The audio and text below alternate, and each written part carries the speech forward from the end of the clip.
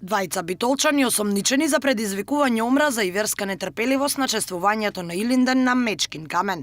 Првите кривични пријави за вербалниот напад ги заработија две млади лица, а истражните органи се уште утврдуваат одговорноста и на останатите присутни на настанот. Од МВР информираа дека по настанот во Крушево испрашани се повеќе лица и по документирањето на случаите и против нив ќе бидат поднесени соодветни поднесоци. Пријавените лица организирано присуствувале на прославата како дел од група составена од навивачи од повеќе навивачки групи.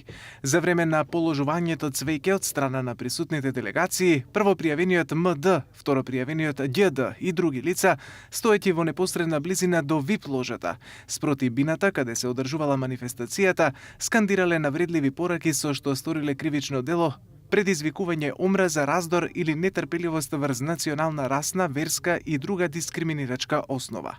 Се огласија и од Прилепското обвинителство, откаде велат дека се уште работат на прибирање докази за целосно расветлување на настанот.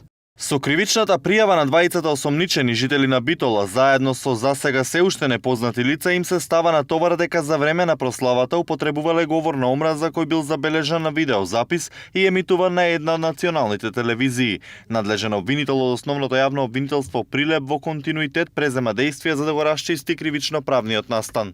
За време на прославата за Илинден, освен вербалните напади и навреди, дел од групата фрлала и со пластични шишиња кон владината делегација.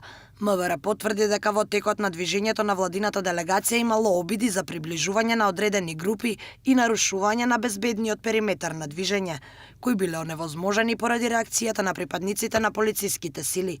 Чествувањето на Илинден ќе остане запаметено и по контроверзниот говор на претседателот Иванов, кој најде на негативни реакции од јавноста. Шефот на државата не ги осуди ваквите немили настани.